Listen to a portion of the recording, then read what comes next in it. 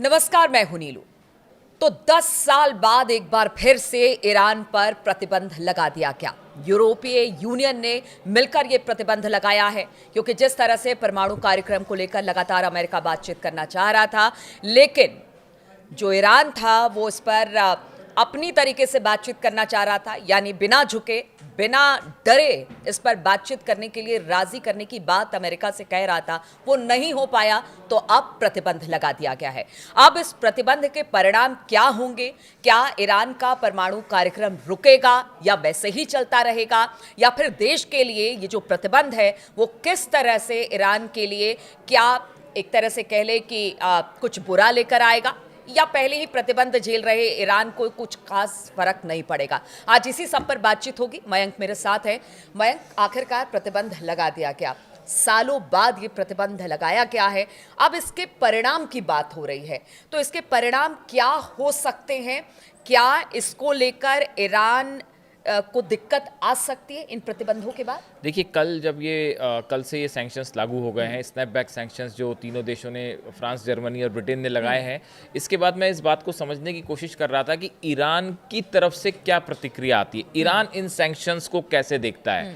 जो कुल मिला के सारांश निकल के आया है, समरी निकल के आई है, जो सबसे बड़ी बात है कि अब ईरान एनपीटी से, यानी नॉन प्रोलिफरेशन ट्रीटी से, परमाणु अप्रसार संधि से बाहर होने का फैसला कर सकता है। ये एक बहुत बड़ा कदम होगा, जो ये माना जा रहा है कि जिस तरह से सैंक्शंस लगाए गए, उसके बाद ईरान ये फैसला कर सकता है, ईरान की संसद ये फैसला कर सकती है कि हम एनपीटी से बाहर होते हैं। अगर आप एनपीटी से ईरान बाहर हो गया, इसका क्या मतलब होगा? इसका मतलब ये होगा कि ईरान को अपने परमाणु कार्यक्रम की कोई जानकारी किसी को नहीं देनी होगी। बात नंबर 1। बात नंबर 2, ईरान फौरन एटम बॉम्ब का परीक्षण भी कर सकता है, ऐसा माना जा रहा है। इस सैंक्शंस का जवाब देने के लिए ईरान न सिर्फ एनपीटी से बाहर हो सकता है, बल्कि परमाणु परीक्षण भी कर सकता है।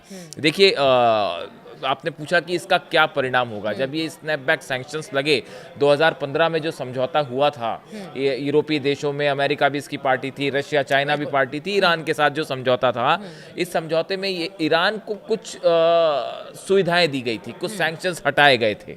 अब वो सैंक्शंस फिर से लग गए। इनको लगने से क्या होगा? जितनी ईरान की संपत्तियां विदेशों में हैं, वो सब की सब फ्रीज कर ली गई हैं। बात नंबर 1। बात नंबर 2, ईरान अब किसी भी तरह का कोई रक्षा समझौता नहीं कर पाएगा, ऐसा यूरोप और अमेरिका का कहना है इन सैंक्शंस के बाद। तीसरा, ईरान की जो बैलिस्टिक मिसाइल प्रोग्राम है, उसको ना ईरान आगे बढ़ा पाएगा और ना ही उससे संबंधित सामानों को खरीदने की ईरान को परमिशन होगी। हालांकि परमिशन को ईरान की कोई ज़रूरत ही नहीं है। ईरान ने हमेशा अपने फैसले खुद लिए, किसी की परमिशन नहीं मांगी। लेकिन ये जो इस समझौते की शर्तें हैं, वो हम आपको बता रहे हैं कि उसका क्या नतीजा हो सकता है। अब ये जो तीनों चीज़ें हैं, इसके बाद ईरान की इकोनॉमी को एक असर हो सकता है। वहाँ के विदेश मंत्री ने भी, अब्बास अराक्ची साहब हैं, उन्होंने भी ये कहा कि इन सैंक्शन से हमारी इकोनॉमी पर असर पड़ेगा, लेकिन उतना असर नहीं होगा जिसकी चर्चा हो रही है। इसको बढ़ा चढ़ाकर पेश किया जा रहा है ईरान के ऊपर। देखिए, पहले से कई सारे सैंक्शंस लगे हुए।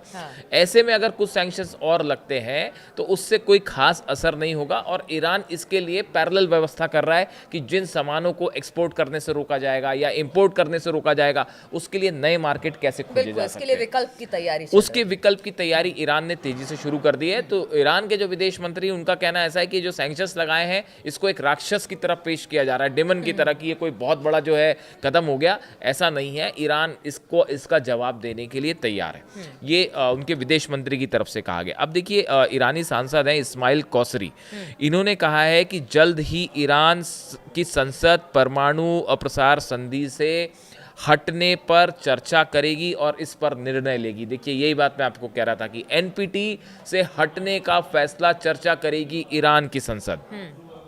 वैसे ही उनके जो अध्यक्ष हैं, संसद अध्यक्ष जो है मोहम्मद बाघेर कलीबाफ, इन्होंने कहा है कि हम घोषणा करते हैं कि कोई भी देश इन अवैध प्रस्तावों के आधार पर ईरान के खिलाफ कार्रवाई करना चाहता है तो उसे ईरान की तरफ से गंभीर जवाबी कार्रवाई का सामना करना पड़ेगा। इन्होंने कहा कि अगर आप सोचते हैं कि हमारे पे सैंक्शंस लगा देंगे, हमारे पे किसी तरह के प्रतिबंध लगा देंगे, नई शर्तें रख देंगे, तो ईरान उसका माकूल जवाब देगा हर उस देश को जिसने ये सैंक्शंस लगाया।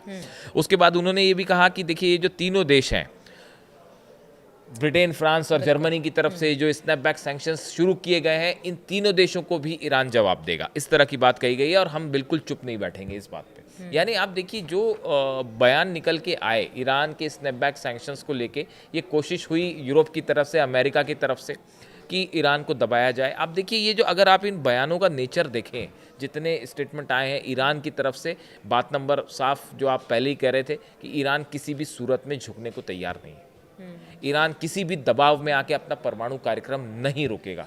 ईरान वेस्ट के दबाव में आके अपना मिसाइल प्रोग्राम रोकने को तैयार नहीं है। इसके साथ ही अब ईरान ने ये भी फैसला किया है कि हम एनपीटी से भी बाहर आने, देखिए ये बड़ा एग्रेसिव स्टैंड है ईरान का। और एनपीटी से बाहर आना, देखिए ईरान की बात चल रही थी, 6 दौर की अमेरिका से बात हुई, उसके बीच में अचानक से हमले हो जाना। ईरान का ये कहना है कि हम आपसे बात कर रहे थे, हम एक समझौते की तरफ आगे बढ़ने की कोशिश कर रहे थे, लेकिन आपने बीच में हमला कर दिया, क्योंकि अमेरिका चाहता ही नहीं था कि समझौता हो। ये बात ईरान की तरफ से कल कही गई कि अब ईरान के जो राष्ट्रपति हैं उन्होंने कहा, पेजिशकियान साहब ने कहा कि अमेरिका कभी सीरियस था ही नहीं इन टॉक्स को लेकर, इसीलिए हमले हम पर किए गए। अब ये सैंक्शंस लग गए हैं, यानी यहाँ से अब देखिए हालात जो है वो बड़ी तेज़ी से बिगड़ रहे हैं। असल में आप अगर रीडिंग बिटवीन द लाइन समझे, यूरोप के तीनों देशों से ईरान ने अपने राजदूत वापस बुला लिए। बात नंबर 1। बात नंबर 2, स्नैपबैक सैंक्शंस लग चुके हैं। उसके अलावा ईरान का मिसाइल प्रोग्राम तेज़ी से आगे बढ़ रहा है। हमने देखा आईसीबीएम टेस्ट कर ली है, जैसे दावे हो रहे हैं। इसके अलावा न्यूक्लियर प्रोग्राम को लेकर जो खबरें आ रही हैं वो ये कह रही हैं कि ईरान ने अपना न्यूक्लियर प्रोग्राम फिर तेजी से आगे बढ़ा दिया है। अच्छा, एक चीज़ है मयंक, देखिए अब प्रतिबंध लग गया और ईरान को ये पहले से पता था कि अगर वो अपना परमाणु कार्यक्रम नहीं रोकता है तो प्रतिबंध आज नहीं तो कल उस पर सैंक्शंस लगाए जाएंगे, और वो अब लग चुका है। ऐसे में हमने पीछे देखा कि किस तरह से रूस हो गया या फिर चीन हो गया या दक्षिण कोरिया हो गया, वो एक तरह से वहाँ पर अपनी स्थिति को मजबूत करने की वहाँ पर कोशिश करता रहा। यानी उसे पता था कि आगे आने वाले दिनों में ये चुनौती आ सकती है, इसी वजह से ये तमाम देशों के साथ उसके जो संबंध थे वो लगातार प्रगाढ़ होते जा रहे थे। तो ये इन सब चीज़ों को ध्यान में रखते हुए ईरान पहले से तैयार था एक माइंडसेट के साथ। 6 महीने पहले हमने वीडियो बनाया था, मैंने और नीलू ने आपको ये वीडियो बना के बताया था कि अली खामेनी साहब ने आज से 6 महीने पहले, जब ये टॉक्स अमेरिका से शुरू होने वाली थी, उसके पहले दिन अली खामेनी साहब का स्टेटमेंट आया था कि अमेरिका और पश्चिमी देश जब तक अपनी शर्तों के आधार पर हमसे बात करेंगे उसका कोई नतीजा नहीं निकलेगा। देखिए उनकी कही बात जो है बिल्कुल घूम फिर के हम फिर वहीं आके खड़े हो गए जहां पे आज से 6 महीने पहले खड़े थे। ये अली खामेनी साहब ने पहले ही कह दिया था कि जो है इस टॉक्स का कोई नतीजा नहीं निकलेगा, हालांकि हम बात करने को तैयार हैं। ये बात उन्होंने शुरू से कह दी थी कि इसका कोई नतीजा नहीं निकलेगा, क्योंकि आप हमसे एक सम्मानजनक लेवल पर बात करने को राजी नहीं। आप कब तक दबाएंगे? एक टाइम के बाद दबाते दबाते कहते हैं ना कि आपके सब्र का बांध भी टूट जाता है कि बस अब नहीं। अब स्थिति वही खड़ी है जो 12 दिन के युद्ध के पहले खड़ी थी। ईरान का न्यूक्लियर प्रोग्राम आगे बढ़ रहा है, ईरान का मिसाइल प्रोग्राम आगे बढ़ रहा है। अब ऐसी सूरत में आपने स्नैपबैक सैंक्शंस लगा दी, उससे क्या होगा? सैंक्शंस लगाने से क्या यूरेनियम एनरिचमेंट रोक देगा ईरान? बिल्कुल नहीं रोकेगा। क्या सैंक्शंस लगाने से जो है वो मिसाइल प्रोग्राम रुक जाएगा? बिल्कुल नहीं रुकेगा। नॉर्थ कोरिया तैयार खड़ा है, चाइना तैयार खड़ा है चीजें सप्लाई करने के लिए। बल्कि यही बात जो है हमने पहले भी ये बात कही थी कि आप जब इतना ज्यादा सैंक्शंस लगाएंगे, दबाव लगाएंगे, तो शायद जो चीज स्लो हो सकती थी वो अब और तेजी से होगी, और तेजी से निकल सकती थी और परमाणु धमाके के करीब पहुंच रहा है ईरान। तो कई एक्सपर्ट्स का ये मानना है कि ये सैंक्शंस का नतीजा ये होगा कि आप एक दिन सुबह उठेंगे और आपको पता चलेगा ईरान ने परमाणु परीक्षण कर दिया। हाँ, और देखिए जो पीछे जो हमला हुआ ईरान पर और उसके परमाणु ठिकानों पर, दावे तो बहुत किए गए लेकिन उसका कोई खास असर नहीं हुआ। वो दावे भी एक तरह से अमेरिका के वैसे ही साबित हुए, और अब सैंक्शन को लेकर भी यही बात कहा जा रहा है कि दावे तो बहुत किए जाए कि आर्थिक तौर से टूट जाएगा ईरान, या न्यूक्लियर अपने जो उसके कार्यक्रम है उसमें पीछे चला जाएगा। ले दे के बात वहीं आ जाती है कि आप भले कुछ कहते रहिए लेकिन ईरान रुकने और थमने वाला नहीं है। देखिए चाइना जो है वो लगातार ईरान का ऑयल खरीद रहा है। लाख कोशिशों के बाद भी चाइना जो है वो ईरान का ऑयल खरीदने को राजी है। अब तो भारत ने भी ये कहा है कि अमेरिका को कहा है कि हम जो है ईरान का तेल खरीदना चाह रहे हैं, अगर आप रूस से तेल बंद करवाते हैं तो ईरान से तो खरीदने दीजिए हमको। तो देखिए कुल मिला के स्थिति ये है, ये जो 12 दिन की लड़ाई हुई, इस पूरी लड़ाई के बाद पूरे अरेबियन कंट्रीज में ये संदेश तो साफ चला गया और पूरी दुनिया में मैसेज साफ गया कि भाई ईरान एक ऐसा देश है जो बिना दबे बिना झुके अपने स्टैंड पर कायम है और उसने जवाब भी दिया। ये बात पूरे अरेबियन कंट्रीज को भी गई। बार बार ईरान की तरफ से कहा गया कि गजा में सिर्फ प्रस्ताव पास करके कुछ नहीं होगा। आप गजा की अगर वाकई मदद करना चाहते हैं तो एक्शन का अभी टाइम है, वरना जैसे कतर पे हमले हुए वैसे बाकी देशों में आपने देखा पाकिस्तान के एक जहाज पर इसराइल ने हमला कर दिया। तो वो जो है, मैं देख रहा था कुछ लोगों की तरफ से कहा गया कि ये गलती से या धोखे से हमला हो गया। इसराइल की तरफ से कभी गलती और धोखे से कोई हमला नहीं होता। एक बात तो आप साफ समझिए, हर जहाज के ऊपर एक फ्लैग लगा होता है। जब भी किसी भी इंटरनेशनल वाटर्स में कोई जहाज जब ट्रेवल करता है तो सबसे पहली चीज होती है उसके ऊपर फ्लैग लगाया जाता है कि हमारा इस देश का जहाज है। पूरे यूरोप यूनियन और अमेरिका को भी पता है कि अगर कोई चुनौती दे सकता है अरब देशों में तो वो ईरान ही है। ईरान देगा तो, और यही वजह है कि उसको लगातार दबाने। और अब सवाल ये है जो आपने पूछा शुरू में कि अब इसका नतीजा क्या होगा। इसका नतीजा बिल्कुल साफ है, एक फिर से हम एक जंग की तरफ बढ़ रहे हैं मिडिल ईस्ट में। नहीं, देखिए, अगर आपने सैंक्शंस लगा दिए, सैंक्शंस लगा के क्या न्यूक्लियर प्रोग्राम रुकेगा? नहीं रुकेगा। यानी अमेरिका का पर्पस फेल। अगर न्यूक्लियर प्रोग्राम आगे बढ़ता है, अमेरिका ये चाहता है, यूरोपियन कंट्रीज ये चाहते हैं कि किसी सूरत में, जो ट्रम्प बार बार कह रहे हैं कि हम ईरान को परमाणु हथियार नहीं रखने देंगे। अब ऐसी सूरत में एनपीटी से बाहर आने का मतलब है कि ना आईएईए अंदर है और ना किसी तरह की जानकारी ईरान देगा। तो फिर ये बात कैसे पता चलेगी कि ईरान का परमाणु कार्यक्रम कहाँ पहुंचा? तो आपके पास कोई ऑप्शन ही नहीं है। फिर आप स्थिति वही 12 दिन की जंग के बाद आके खड़े, और नेतन्याहू तो तैयार बैठे ही हैं कि अमेरिका मौका दे, हम फिर जंग करें, हाँ, एक और जगह हम शुरू हो जाएं।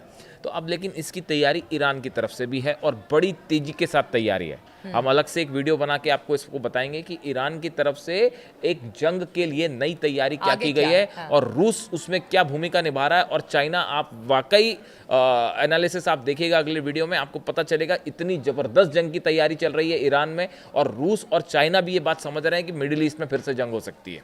यहाँ तक कि नॉर्थ कोरिया भी समझ रहा है कि जंग हो सकता है। वो अपने मिसाइल टेस्ट करने में लगा हुआ है, वो अपना न्यूक्लियर बम बनाने में लगा हुआ है। वो मिडिल ईस्ट से देख के नॉर्थ कोरिया ये समझ गया है कि अगला नंबर मेरा भी हो सकता है। उसने कहा मेरे पे नंबर करोगे तो मैं तो बात ही नहीं करूंगा, मैं तो सीधा मिसाइल मार दूंगा। वो नॉर्थ कोरिया की एक अलग कहानी है। वो जो उनका कहना है कि भाई हम बात ही नहीं करते, अगर आप जरा भी दाएं बाएं करेंगे तो पता चला वो किम जोंग उन ने अपनी 4 मिसाइलें निकाल दी। तो उनका एक अलग तरीका है डील करने का।